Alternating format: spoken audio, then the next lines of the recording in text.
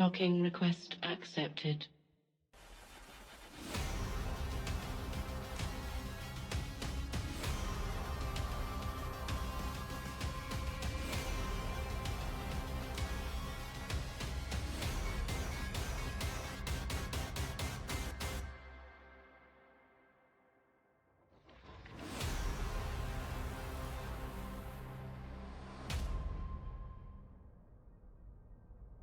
Good morning, New Eden. Today is October 21st, 25th. I don't know what day it is. I don't know what year it is. It is October 25th, 2025, and this is the Federation Frontline Report. I'm your host, Frozen Fallout, and today we have a very, very special guest that we're going to be talking about the CSM with, and who is running for CSM, Arrowspeeed. How's it going?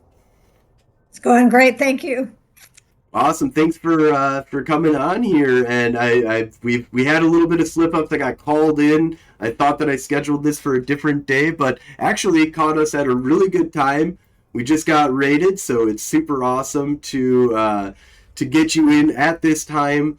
So hopefully this is a good omen to all the bad omens that we've been hit by with trying to get this interview going off. So awesome. Thanks for coming on. So I know you're running for CSM. For those who don't know what CSM is, can you give a breakdown of what is it and how do you see yourself fitting into the CSM? Well, I have not been on the CSM before, so this would be my first time. So all I can do is tell you what I think it is. And after talking to a few people and asking them, Luke was on from fraternity, was on the CSM for the last few years. And I work for Luke is one of my space bosses. And so I've talked to him a lot about it. So here's my take on it. Before I retired, I worked for a large computer company in kind of the marketing area. And I would have loved to have a room right next to my office where I could go over there and talk to a focus group anytime I wanted to. And I would have had lots of questions to ask people about what they thought of a particular idea, or which of these product ideas do you like best, those kind of questions. So my connection to the CSM is to think of it like a focus group, which I think is a tremendously valuable thing to be able to do, because my impression of the CSM is that we are listened to, and knowing that I'm listened to, it energizes me to want to contribute as much as I can to the development of a game that we all love, and to keep it a game that we all love. Awesome. Yeah. So yeah, and Eve is really special. I don't think there's any other game that I know of that has a player elected focus group, and Yeah. kind of oversight to a small degree of we have some representation. There's not necessarily things that like the CSM. There's nothing I don't think the CSM can force CCP legally to do, but definitely player pressure is huge, huge. And so it's really awesome to see this kind of. One other thing I wanted to add as you were talking that made me think about it. I think another part of the CSM is the fact that we're working together. So it's a fairly large group of people working together. And so also part of it, I would think, would be being able to work with a team and come up with ideas jointly. Absolutely, yeah, and that's one of the things is that I understand is that you have constant communication with each other and CCP. There's special Discord channels and stuff like that. There's 20 hours a week of work that they ask you to do. So tell us though, before we jump into your platform, let's get to know you a little bit more. So how did you learn about EVE Online? What got you to stay here, and what's your history? Well, it's fun to talk about it. I'll try not to drag on too long because I like telling that Oh, story. we tell as long as you can. I was playing another game with a couple of guys, and I had I had been playing with a player who had turned off his communication path, and I needed to contact him as part of the game. This wasn't Eve; it was the game I played before Eve, and there was no way I could figure out how to contact him. So I renamed my village Coyote. Let's talk. That was his name, and he thought that was hilarious, and he opened up his chat and was willing to talk to me. Um, After we talked a while, we discovered that we lived about 3 hours from each other and we're about the same age and we're both married. And so we just got together for dinner between my husband and I and Coyote and Mrs. Coyote and just ended up having a good relationship having started from that game. So after that, he went to play this new game that he thought it would be really fun to try and suggested I join him and his friend playing this new game, which was Eve. And so I joined in, and it was fun because I already knew him, and we had this kind of fun history. And so the three of us, his friend and me and Coyote, would log in pretty much every day and figure out how to mine and what all those little buttons are and just kind of walk through all of the beginning parts of it. We stayed together and joined a corporation, and then that corporation joined an alliance, and then that alliance went over to nullsec. And at this point, those two characters are still, I've been playing about 10 years. Those two characters are still in my corp. I refuse to kick them out of my corp, even though they're inactive. Neither one of them play the game anymore. Um, but I just really like that kind of that sentimental attachment to the players that I started off with, kind of my mom and dad of Eve. Yeah, no, I have the same kind of experience with there's a group of people that I got into Eve Online with, and pretty much all of them no longer play the game. However, I was able to convince one that jumps on from time to time to get out to Iceland with me after I'd gone the first time. So my second time last year or this year was I was able to drag out one of my old time buddies that got me into this game in 2005 when he started. Actually, he got me into the beta in 2003. And we both looked at the game. We were like, no, I have no idea what the hell this is, because it was real bare bones. And so there's a lot of attachment, though, that every time that I hang out with these or see these people in real life, I'm always, we always talk about Eve.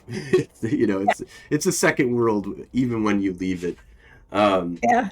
so you said Well, that you kind just another kind of comment on that.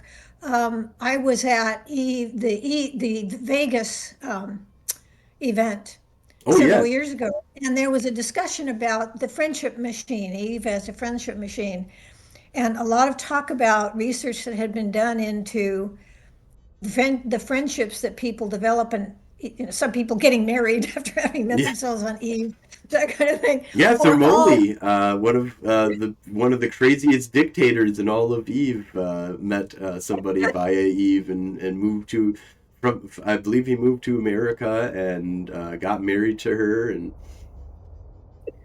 So one of the things that fascinates me about the game is the relationship element.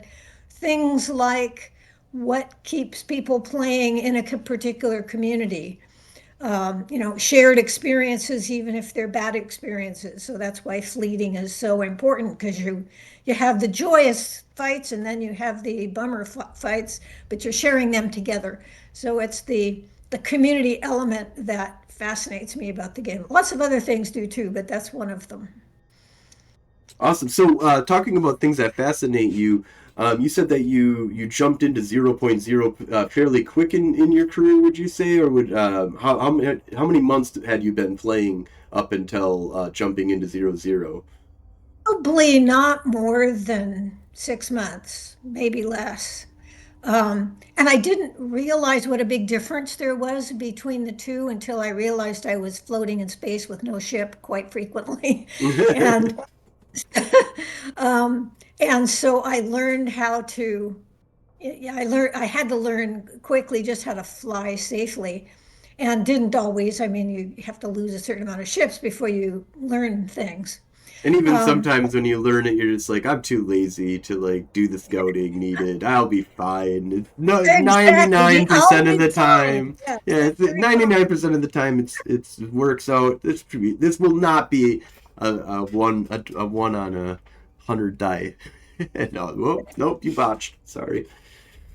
So I didn't spend as much time as a lot of people have doing the preliminary low sec, high sec kinds of activities because I was just the alliance I was in decided it was Phoenix Federation. If anybody remembers, that was from several years ago. Um, I joined that alliance, which held space, actually in pretty much the space that I'm in right now in fraternity.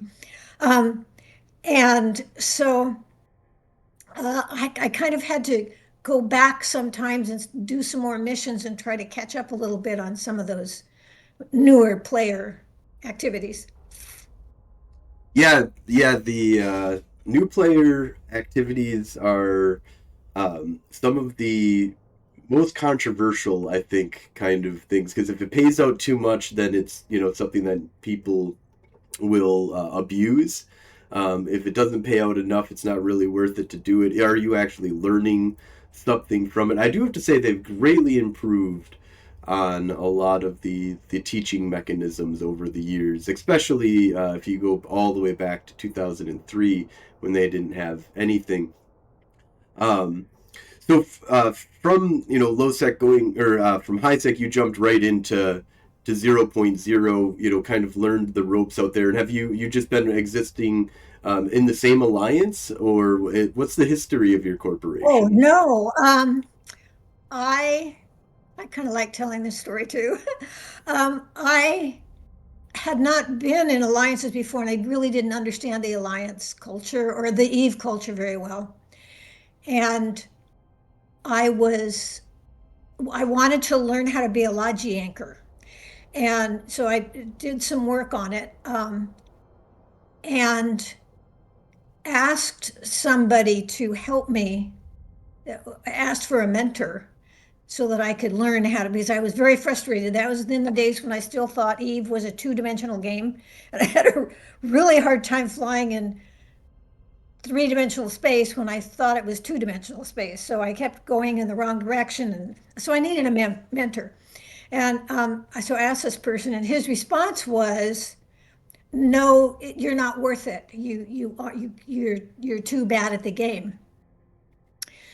And so I just exited that alliance immediately. I just clicked on leave and was surprised the next day that the director, one of the directors of that corp, was watching and immediately convoed me when he saw that I was logged in and said, "You got to come back. Why did you leave quite so suddenly?"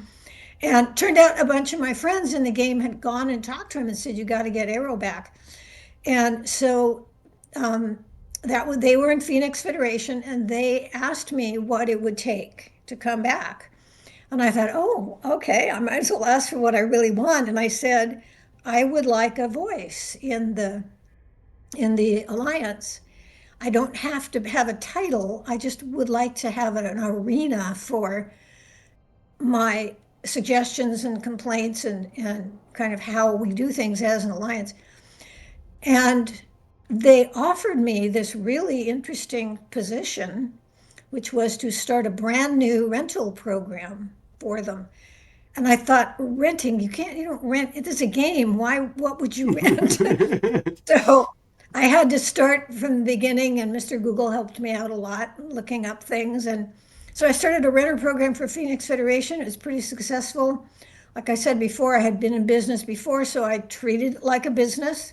Right. Serve your customers, know what your customers want, deliver what they want, and charge what they're willing to pay, and you have a successful business. So that's what I did.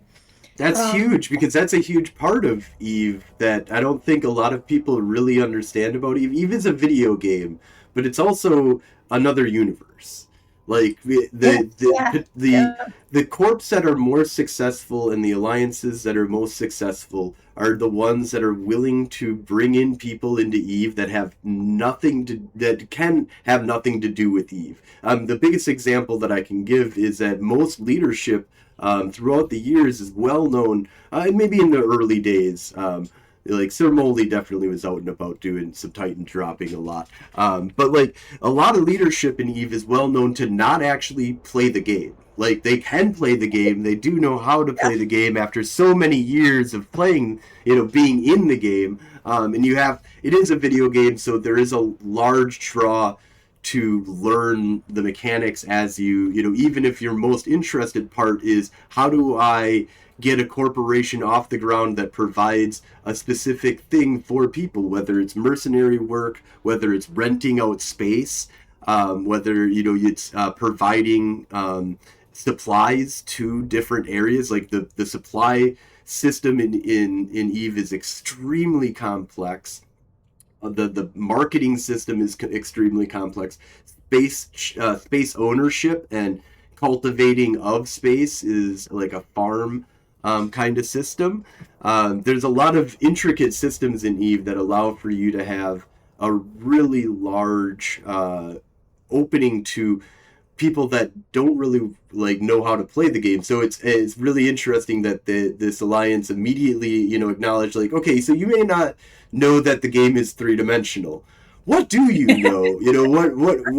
What's making you interested in this game? And you're like, well, That's pretty much I the want, conversation I had with them. Yeah, yeah. and you got business experience, so hey, yeah, rental program. So how well did that work out for you? How long did you do that for? Well, until Phoenix Federation fell, there was, they lost a war. So it was several years I was running that program. And I remember, here's another story I haven't told before.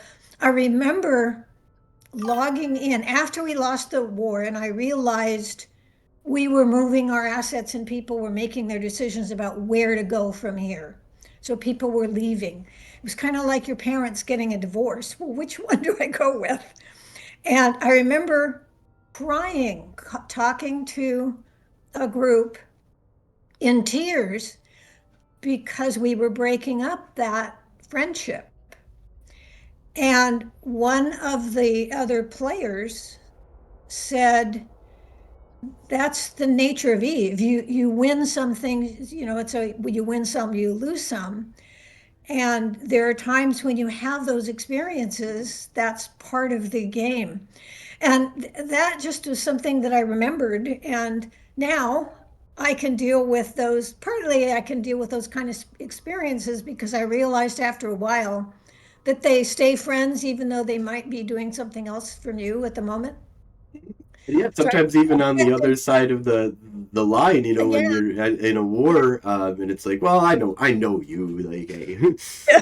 And it's like every Christmas time, there are all these messages that go out, Merry Christmas. I don't know, at least the crowd I run with tends to just drop the game persona long enough to give well wishes to each other. And if we know each other's emails, we might send it by email. And just to kind of remember this is a friendship game and we're friends.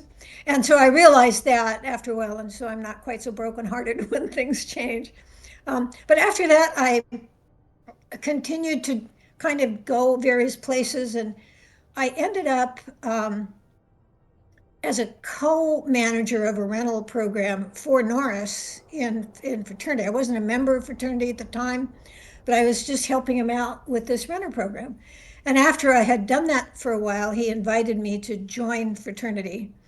And then from there, I got into other kinds of leadership opportunities and I continued flying Logi Anchor for a while until I didn't stopped having enough time to keep up the skill.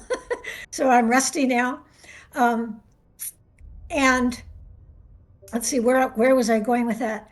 Um, so now one of my jobs, space jobs, is Diplo, and I also manage keeping the rules straight. You have to have rules if you have usually, if you have a large alliance and a diplo team. If you're enforcing rules, you got to have them, I think, written down somewhere. And we have a very multicultural, as most people know, alliance. It's about 80% Chinese, and the rest of it is English and other languages.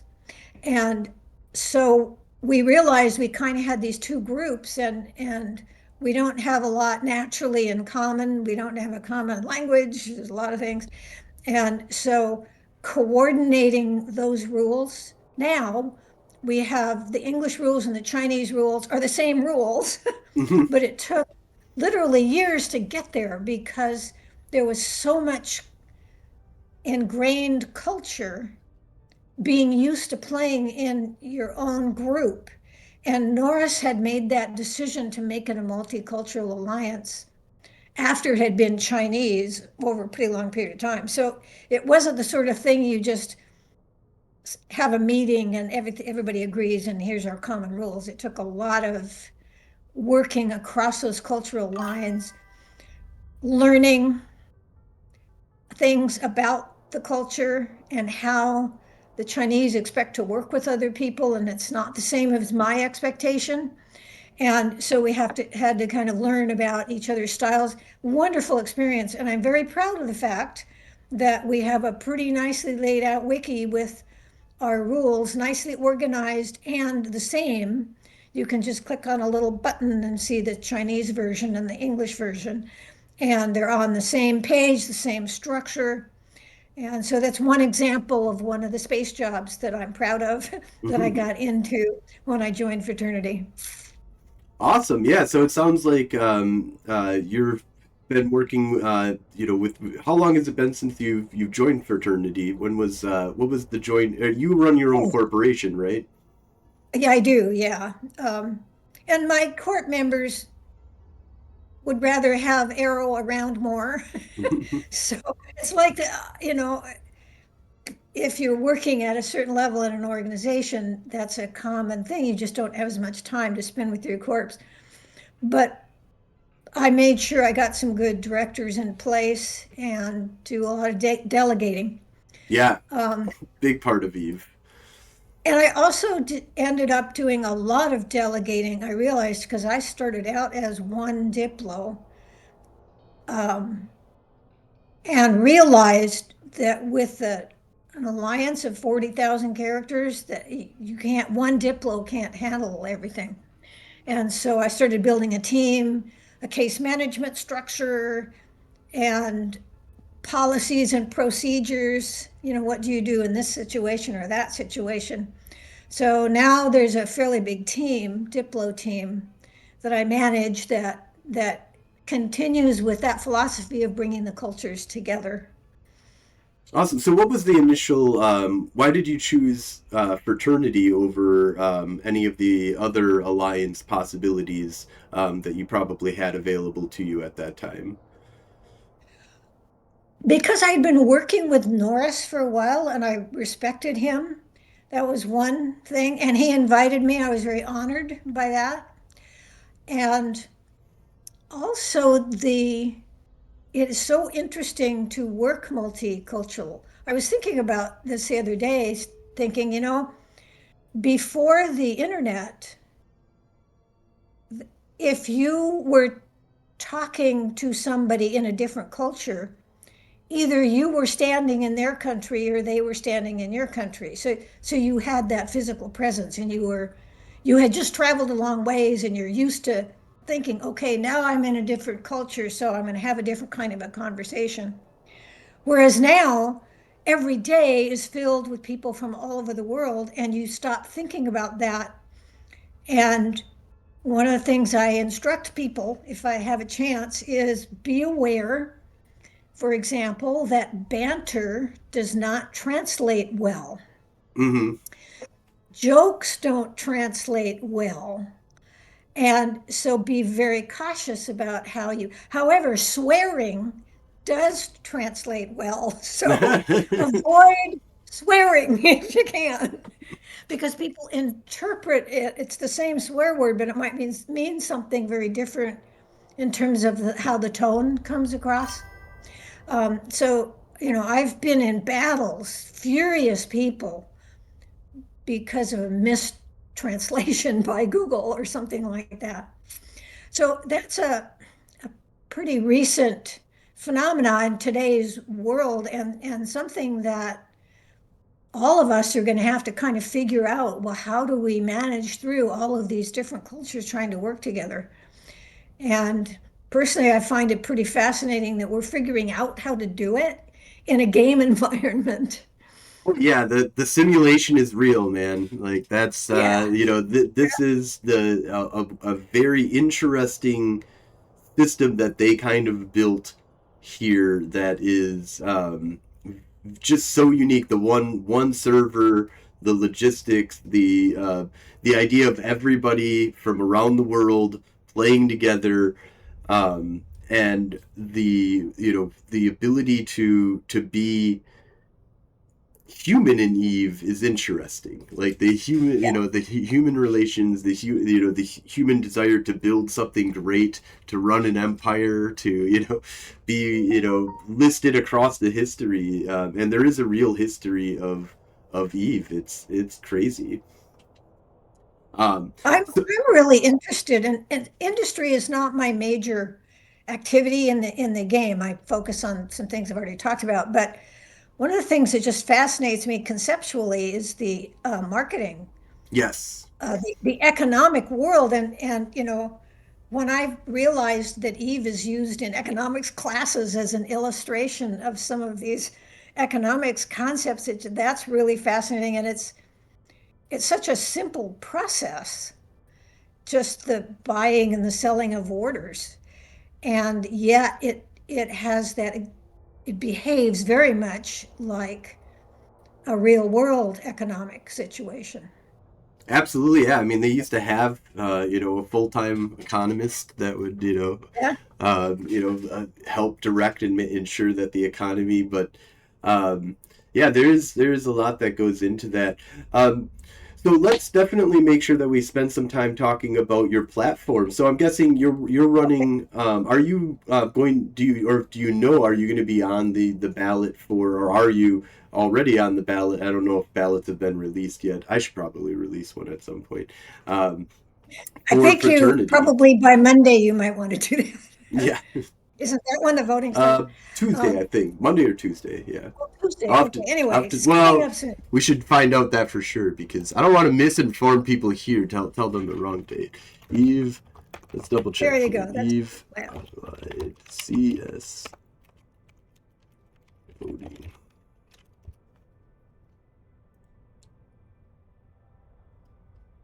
It is voting period. Oh, that's right. It does go multiple days. So it is the 27th to November 10th. So Okay, so October that's a pretty 27th long. to October November 10th. Anyway, I am on the fraternity ticket. He's actually putting me number one on the ticket, which I was extremely honored about. Um, Luke has been on the CSM for some time, so it's really nice to have him as a consultant and a help through my campaign. And as hopefully, if I'm on the CSM, I will still be happy to be following Luke, and because I know he did such a great job.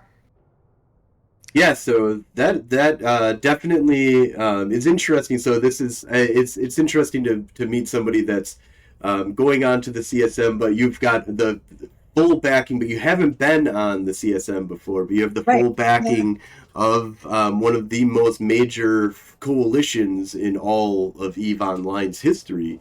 Um, So, I mean, being number one on fraternity's ballot, I would say that you've got almost no chance of losing. It's it's mine to lose, I guess. it's yeah. I mean, you that would be interesting. I would say that I would have to do a report on that. Somebody did a hit job on you. I would have to say that would be about the only way. But that So is yeah. it's interesting. So it's a lot of pressure, I'm sure, that you're feeling at this point, knowing that. I mean, that still there's the pressure of will you get it, but also the with like such a strong knowledge of like whoever's been number one on fraternity's ballot hasn't not got in yet for fraternity. Yeah. Well, I did feel a lot of pressure when I first started thinking about it. For the very reason you said at the beginning, if you've been an exec for a while in a big corporation, you can't undock every day and go do missions and PI. You've got people dependent on you solving problems. And so I worried about that. But then as I started thinking through the interviews and the questions, interview questions, I realized that I have a lot to offer. And um, I'm I'm honored that fraternity wants me to serve there, and also encouraged and excited about some of the kinds of things that I feel like I can do.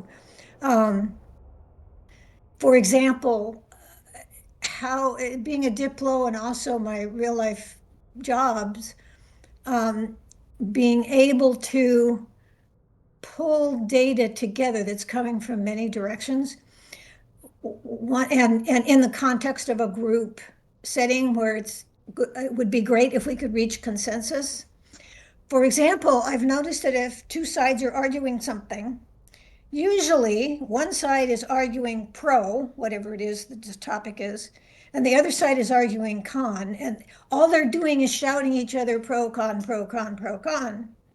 Where I think it's much better, and I usually try to do this pretty early in a conversation, depending on my role in the group, is to instead of that, look at different options and recognize and talk about the pros and the cons of each. And it becomes a more civilized conversation, first of all, when you do that, and also a much more productive conversation, because then it's not an artificial dividing of the argument into these two camps, but it's a weighting of the pros and cons. Well, these things, we all agree these are good things and these are bad things, but how much weight does each of those carry? And that's a different kind of a conversation. And I like to try to get groups thinking that way, when I have a chance in the group. Um, Another thing I think I can bring is being a pretty experienced player, but also being very new player oriented. I know everybody remembers their new player experience. I may have more vivid memories of my new player experiences. I mentioned three-dimensional. I remember that day clicking on things and going, why is it that I click over there and I'm not getting closer to what I just clicked on? Right, And the yeah. answer to that is you're not going toward it, you're going into the screen. Right. And it took me asking myself that question before the light bulb went on. And I just remember that light bulb going on in my head, going, oh, that's it. Um, or, some button on some screen that you've been looking at for years, and all of a sudden you realize you can do this, and where you didn't realize there was a Yeah, button the there. whole world changes all of a sudden. Yeah. How did I miss that? Um, so I'm very motivated to really um, do some work to the new player experience, partly because it's good for everybody in the game. You can't run any organization in Eve without accounting for the fact that you have attrition going on all the time. There's other games, there's real life, there's the people who just got married or they just had a baby or any number of reasons why they are going to play the game less or not at all. And so you have to be constantly bringing in new players. And where do those new players come from? Some of them come from another big alliance because they think, they're mad at their old alliance, or they like fraternity and they want to come over here. But you need to be bringing in new players as well. And one of the reasons why I'm interested in, looking again at the new player experience and coming up with some ideas to try to help that. And one of the things, sorry, I'm going to ramble a little bit. Just No, stop that's me if fine. you want, No, to that's go to good. another question. But that new player experience, I don't think that people need, probably not very many people need to learn that it's a three-dimensional world. They probably figured it out pretty soon. Um, And a lot of those, like you run missions and they're very carefully designed to walk you through the different kinds of things you need to know to play the game. But there's another step that there isn't a lot of help for, and that's kind of the medium new player who they've figured out the game. Often they'll come and they want to apply to fraternity. That's why I know about these players. And they've realized, well, I want to have a corp and I'm going to be, I know I can get 2,000 players in the next 3 weeks. And I know I know I have an alliance here and I've got 5 corps, each one with 3 members in it. I know we can just grow this and we can just be huge. And I'm going to be another big block player. Here's my plan. I want to open up this business or that business or some other thing. And they're coming to me with all of these ideas and they haven't really even figured out. I look at their corp and there's like 10 people in it. And so I have to go back to them and say, okay, those things don't happen quickly in a game like Eve.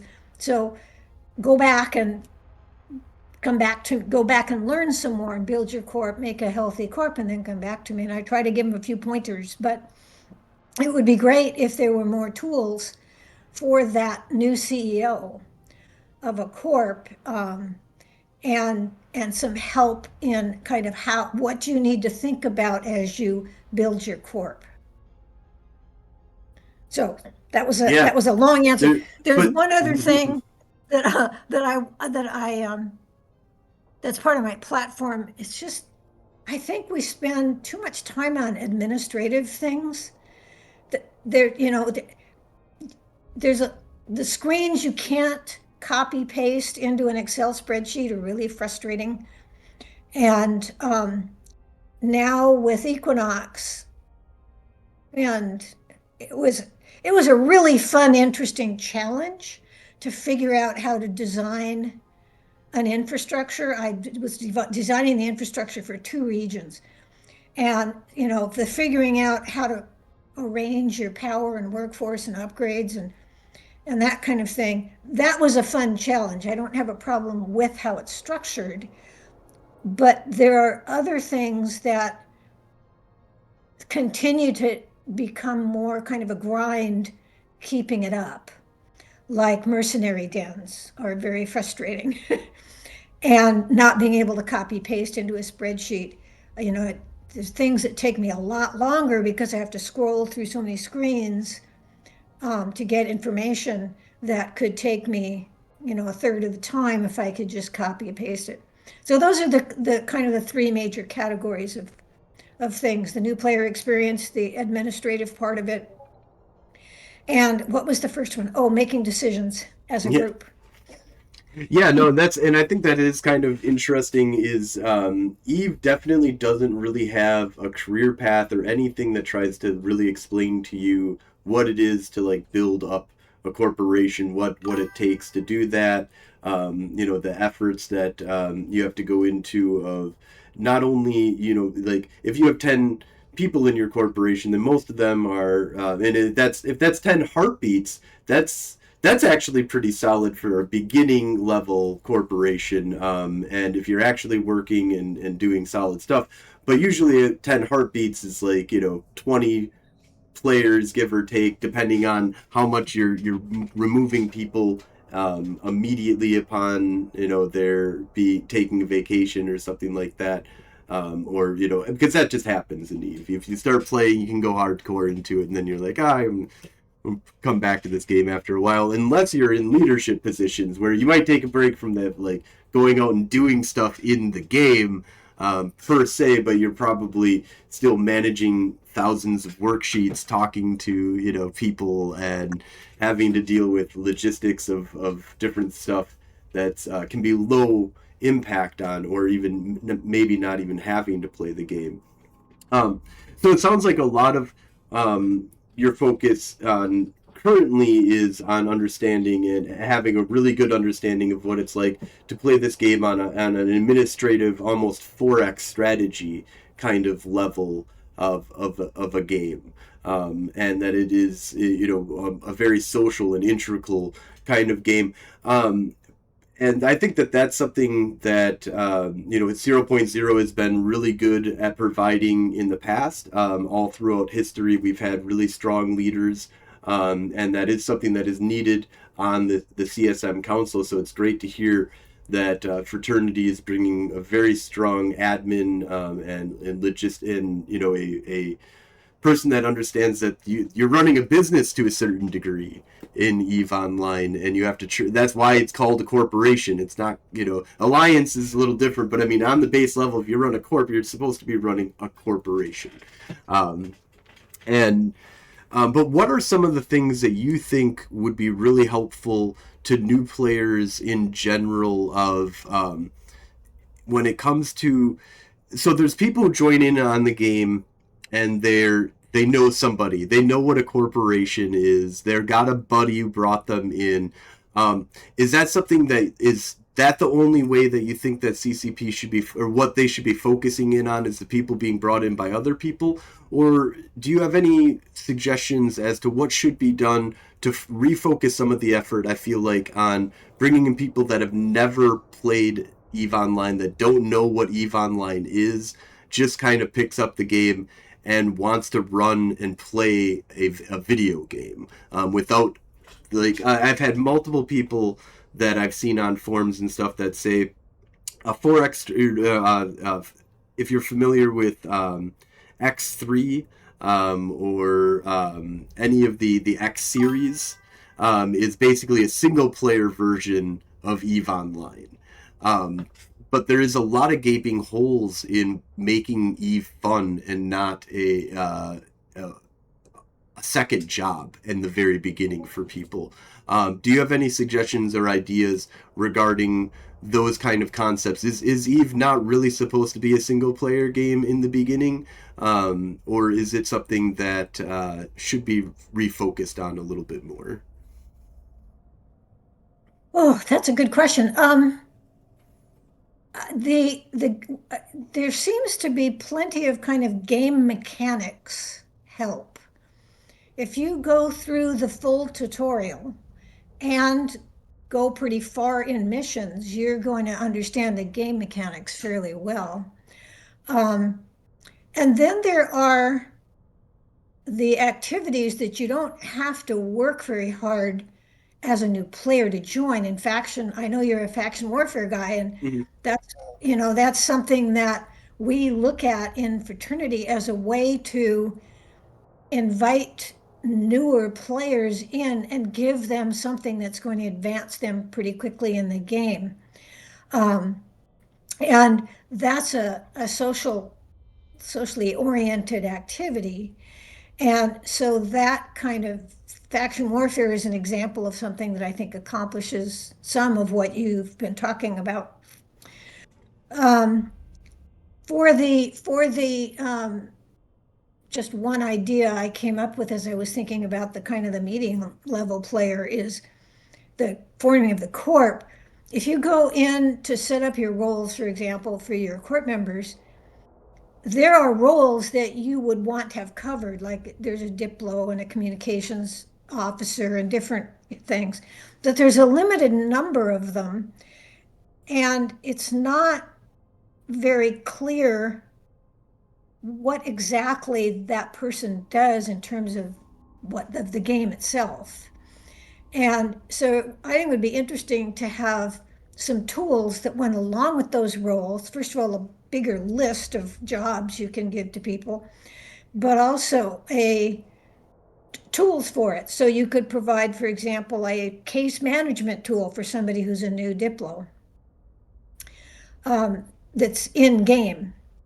And that's pretty, you probably don't need one if you're a Diplo for a small corp. But if you have one as a Diplo for a small corp, that means that as you grow, you'll already have the tool. And there are tools that people could have for other kinds of jobs that they might have.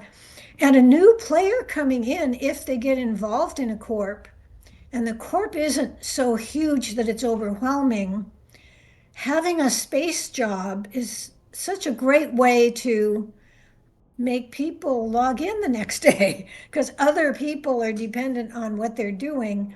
And and they have a title, and that's important to some people to be able to have that like orange thing on the top of their name in the game, and to be able to quickly assign those to people. That is also helping the CEO learn about kind of their part of the game, but it's also helping the players in the corp feel a part of the game and have a reason to log in every day usually.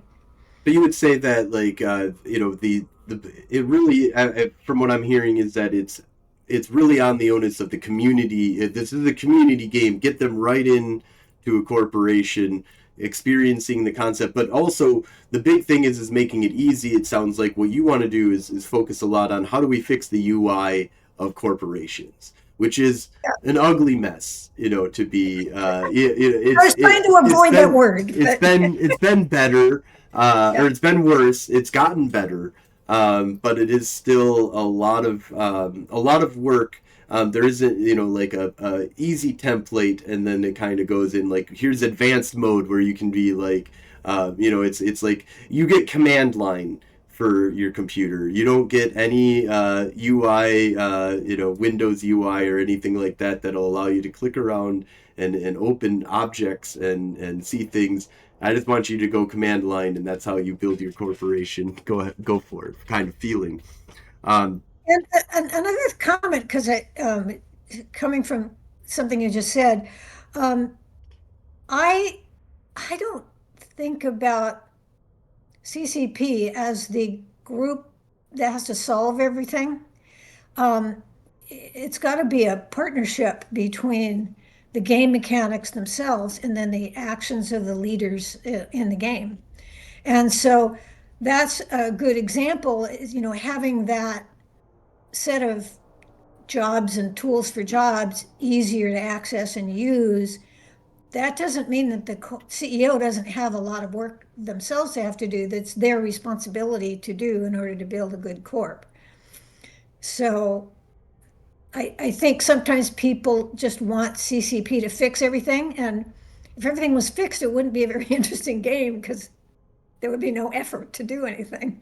So, Yeah, if the world was perfect, then that means the world probably isn't moving at all and doing anything. there you It's go. just, Yeah. to make the world perfect, you just stop time, and then nothing moves forward, Yeah. nothing goes There you back, go. nothing changes. Now it's perfect. Um, Awesome. So, is there any part of your platform that you wanted to, focus in on and dive a little bit deeper into any other aspects of the game that you're familiar with? What about as like something we haven't really talked about is the coalition level combat and mechanics of 0.0 at this point.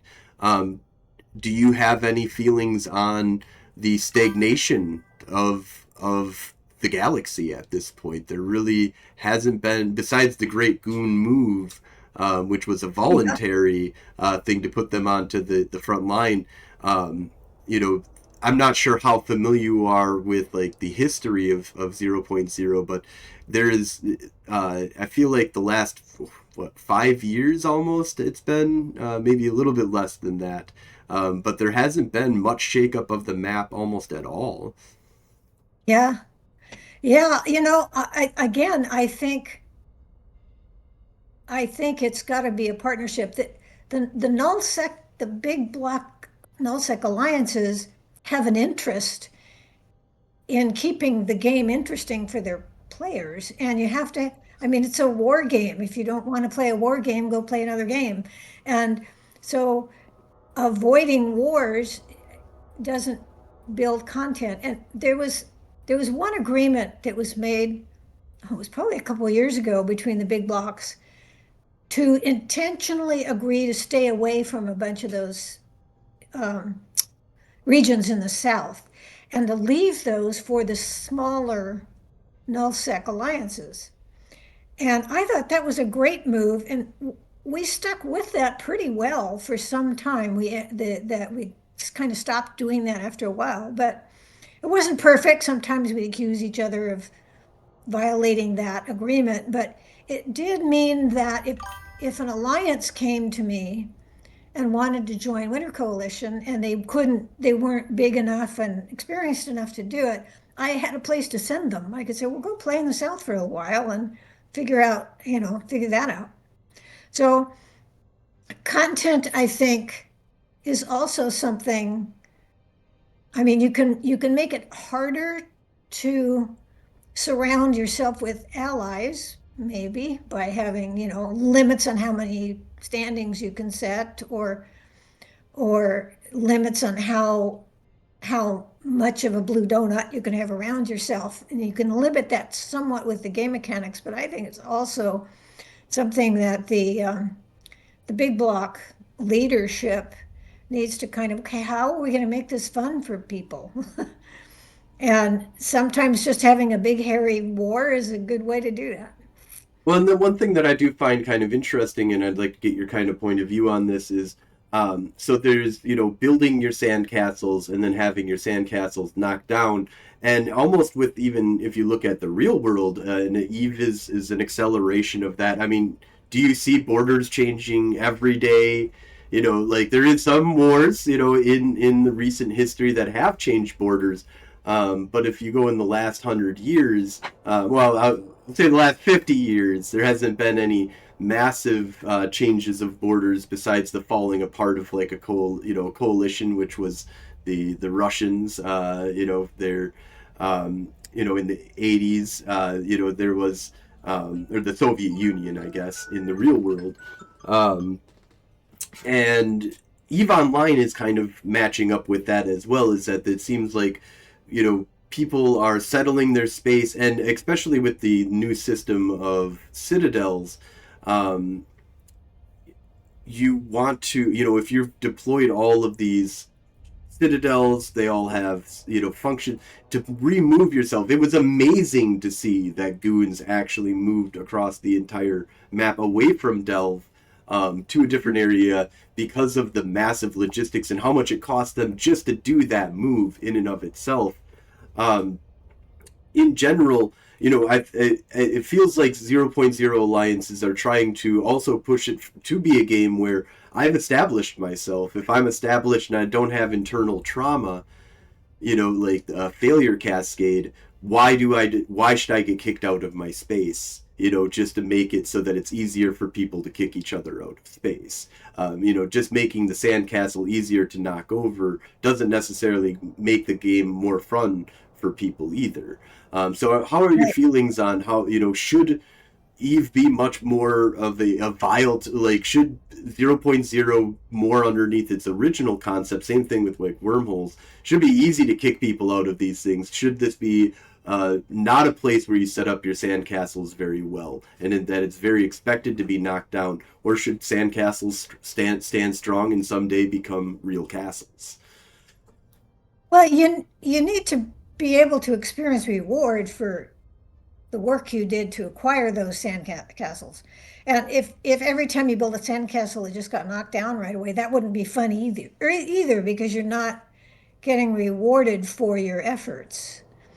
And so would have to be a balance. I haven't really thought that through really carefully, but my first reaction is have to think it through and find the right balance of, Do you how, think that how we're at easy. that balance right now, though?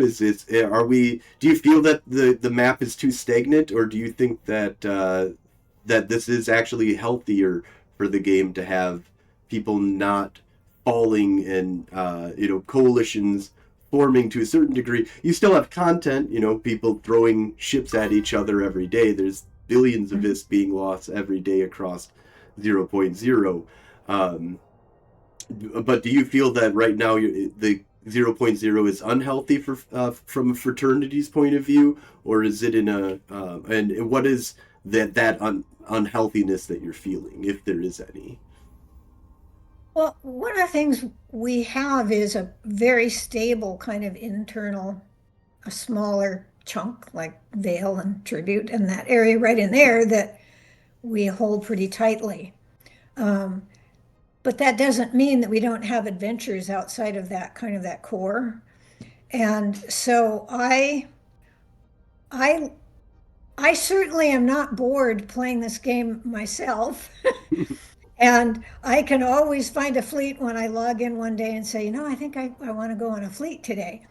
Um, so, I don't know exactly where that balance is. I'm not horribly unhappy with how it is right now.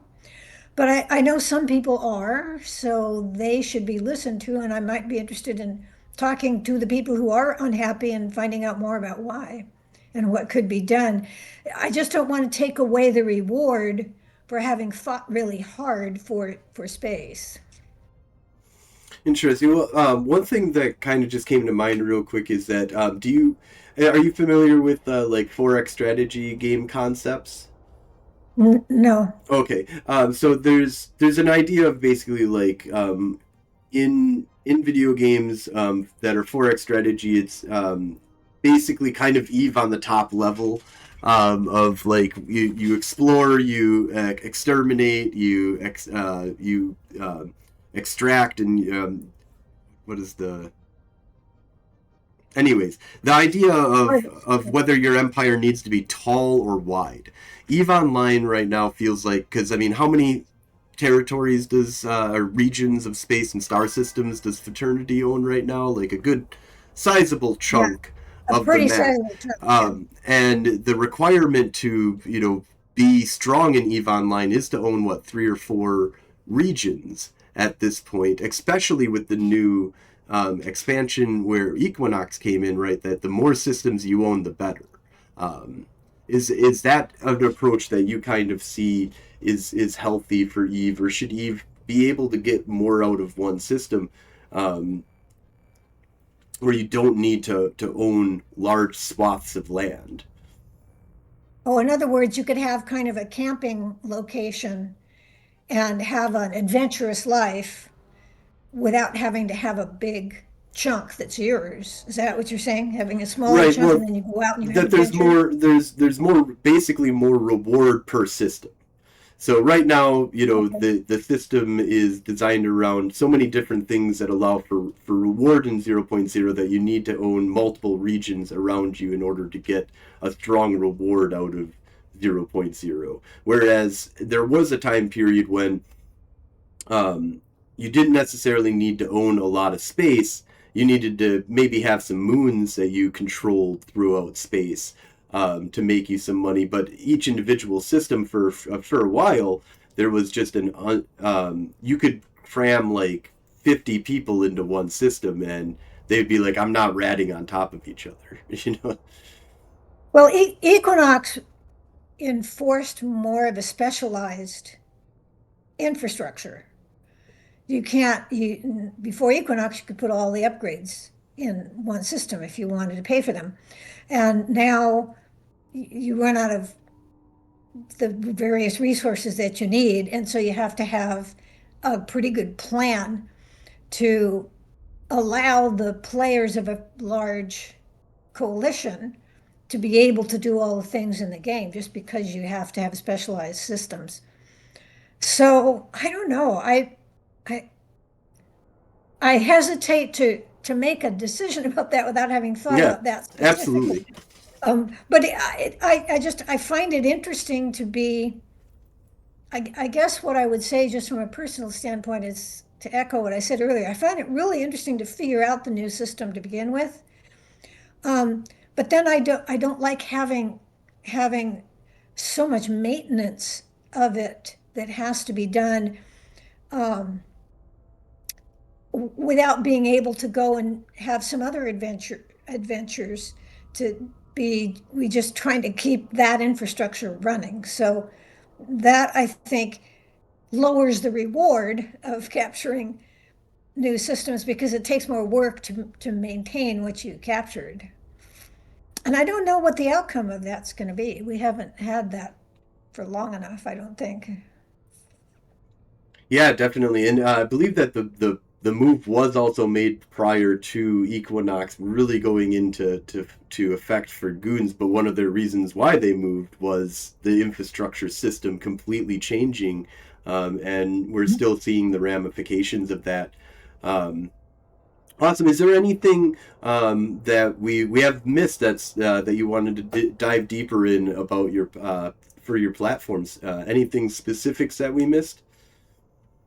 Um, there's a couple of things I wanted to talk a little bit about kind of creative solutions. And it's a little bit risky to give examples just because it may not be all that creative. Maybe lots of other people thought of it. But I want to give a couple examples of kind of my philosophy of instead of just having a yes no argument, having a an alternative solution that's more satisfactory as a whole to everybody.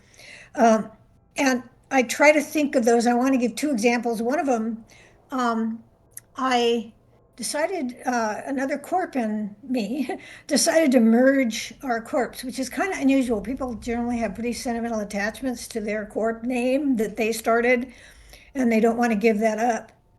But we felt like it would benefit us greatly, both of the corps, if we merged. But then you have that conversation, who's going to give up their corp? And I thought about that and I said, I think there's only one way to do this. You have to have both of us make a significant sacrifice because there has to be at least one significant sacrifice, giving up your corp.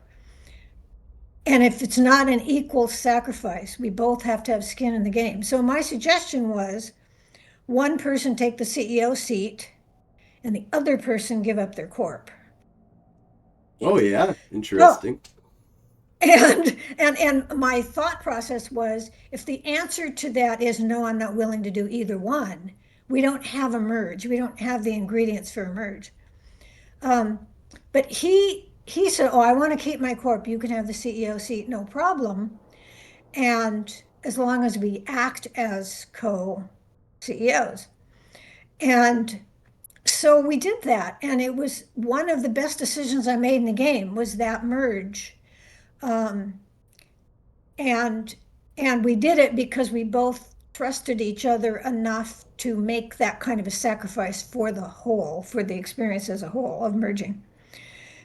So that's one example. Another one, I wanted to talk about was the just, I guess it's sort of a small example, but those expansion upgrades that spawn data and relic sites Hmm. out beyond the system where it's installed.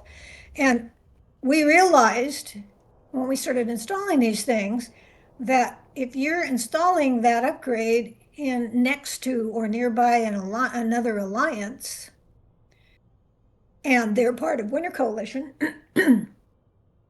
your sites are going to spawn in their space. And so we just had these ridiculously frustrating arguments of, well, I bought the upgrade, I installed it, I should be able to go and take those sites. Fortunately, they're labeled to know which ones come from the upgrade. I want to be able to go into somebody else's space and just go take those sites. And the owner of the SOV would say, I didn't decide to put in that upgrade, and I don't want you in my space. So you can't come in here and get those upgrades. So we went back and forth, assuming there was only one solution. And then eventually, after a couple nights sleep and thinking about it a little bit, I said, well, how about if we said that the person who put in the upgrade can go into the SOV next door only to get those sites that spawn there. And the people who own the SOV can also take the sites that come into their SOV, but they can't take any that are outside of their SOV. Both sides were perfectly happy with it. The SOV into which the sites spawned were happy to get free good sites. And the group that installed the upgrade, they don't really need that many sites anyway, and they were happy to just be able to go get them when they can, but it's okay if the other guys get them first. There are plenty of other sites. So we implemented that, and I haven't had a single Diplo issue from that particular upgrade since coming up with that solution. So I was kind of proud of that, so I wanted to mention that example. Yeah, more of a first come first serve kind of basis on Yeah, the yeah. anomaly.